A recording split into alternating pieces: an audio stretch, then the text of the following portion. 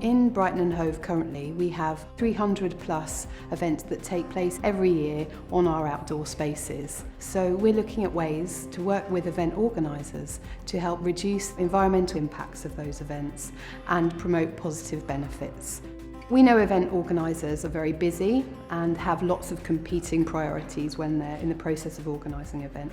So we decided to go for a really simple pledge-based system that covers the obvious things like energy, waste and water, but it also looks at wider sustainability impacts, things like the health impacts of the event, the community involvement, and also things like the local economic benefits. Here at Brighton Dome and Brighton Festival, we make it a priority to try and run our venues and also our events during Brighton Festival as sustainably as possible. One of the things that we do is we try to think about what we can eliminate from the event when we're planning one. So it's not always about doing things, it might be about what we're not doing in an event, which actually makes it more low impact. When we put on events, we like to think about a broader idea of sustainability, so not just about saving water or energy, but also about how working with the arts and experiencing the arts can really improve your well-being. So an event like Digging for Shakespeare embodies that, with people going out into the allotments, getting out in the elements, in good or bad weather, and really getting involved with it in that way. So as part of Brighton Festival, we commissioned a promenade performance called Digging for Shakespeare, which took place at Rodale Allotments.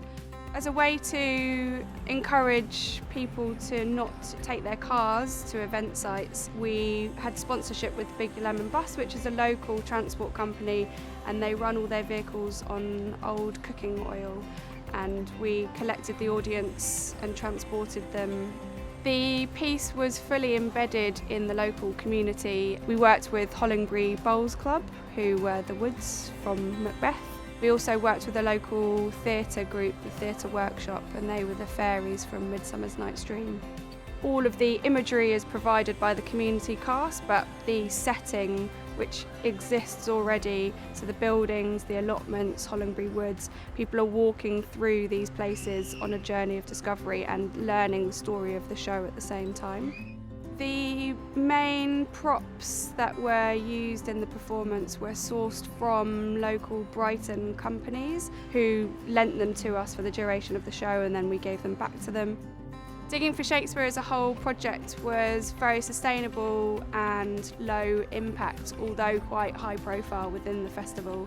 It ran for 12 shows over 3 weeks, and we have donated or reused all of the props and materials for the piece. I think I walked away with 2 bags of rubbish after 12 shows. What we're asking event organisers to do is take just a little bit of time out of their event planning schedule to go through the sustainable event commitment, pick 10 things that they're going to do to make their event just a little bit more sustainable, and tell people about it. We know that from talking to event organisers in the past that this not only reduces the environmental impact of the event, but can also make the event a lot cheaper to deliver as well.